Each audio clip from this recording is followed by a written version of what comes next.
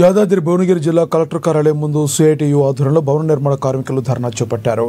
GO number 12ను సవరించి welfare board ద్వారానే కార్మికులకు ప్రభుత్వం సంక్షేమ పథకాలు అమలు చేయాలని డిమాండ్ చేశారు. ధర్నా అనంతరం అదనపు కలెక్టర్ వీరారెడ్డికి నాయకులు వినతి పత్రాన్ని సమర్పించారు.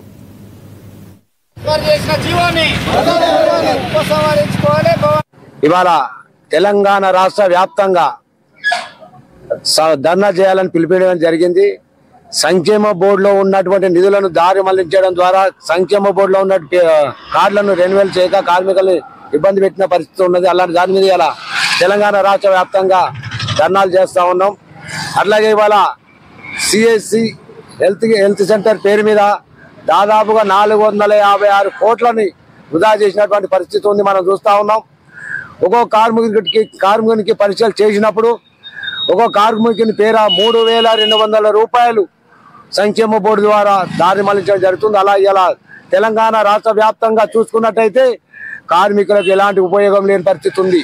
కార్మికులు పరీక్షల ద్వారా ఇతర ఏజెన్సీని కట్టబెట్టి 456 కోట్ల రూపాయలను నిధులను దుర్వినియోగం చేసినటువంటి పరిస్థితి ఉంది. ఇలా మనం అడుగుతా ఉన్నాం, మాకు హెల్త్ చెకప్లు వద్దు, కార్మికులకు హెల్త్ కార్డులు ఇవ్వండి.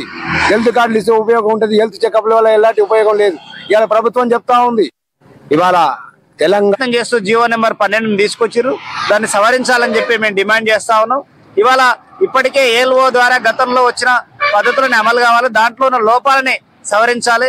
మీడియేటర్షిప్ ఏదైతుందో దాన్ని నివారించాల్సింది పోయి మరింత ఇవాళ పెద్ద దొంగలకు అప్పచెప్పినట్టుగా ఉన్నది. ఇన్సూరెన్స్ కంపెనీలకు ప్రమాద బీమాలు కానీ వెల్ఫేర్ స్కీమ్లకు సంబంధించిన బాధ్యతను అప్పగించడాన్ని సిఐటిగా తీవ్రంగా ఖండిస్తా ఉన్నాం.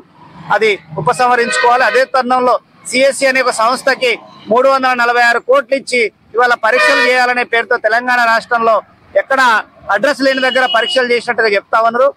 ఆ నిధులు కేటాయించిన అధికారుల పైన ఈ ఘటన పైన పూర్తి విచారణ చేసి దోషులను తేల్చి వారిని శిక్షించాలని చెప్పి, ఇట్లాంటి నిధులు దారి మళ్లకుండా చూడాలని చెప్పి పెండింగ్ లో అనేక క్లెయిమ్స్ ఉన్నాయి.